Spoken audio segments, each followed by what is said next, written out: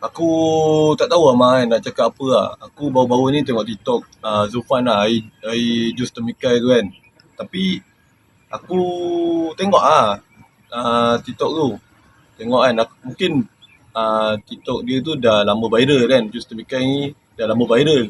Tapi baru sekarang aku tengok kan. Cuma aku tak suka ada segelintir orang dia mempertikaikan adakah sah ke tidak pembayaran. Lepas tu ada yang entahlah, aku tak tahu lah kenapa dengan mulut manusia sekarang kan. Dia macam toksik gila lah. Toksik gila babi lah aku cakap lah. Aku tak tahu lah kan. Okey, kalau pendapat aku rasa benda tu tak ada salah pun sebab dia bagi harga tu dekat customer sendiri. Menilai makanan tu, minuman tu adakah berbaloi ke tidak harga macam ni. Dia tak adalah macam tu sebab harga. Sebab yelah, macam mana kau kata tadi yang toksik kan, biasalah dok.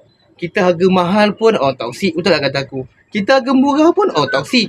Kita tak letak harga terpulang diri sendiri pun orang kata toksik. Sama je dok. Tapi yang aku nak cakap ni, kalau benda tu tak mengakibatkan benda-benda yang bahaya ataupun makanan-makanan yang macam berbahaya tu tak masalah pun.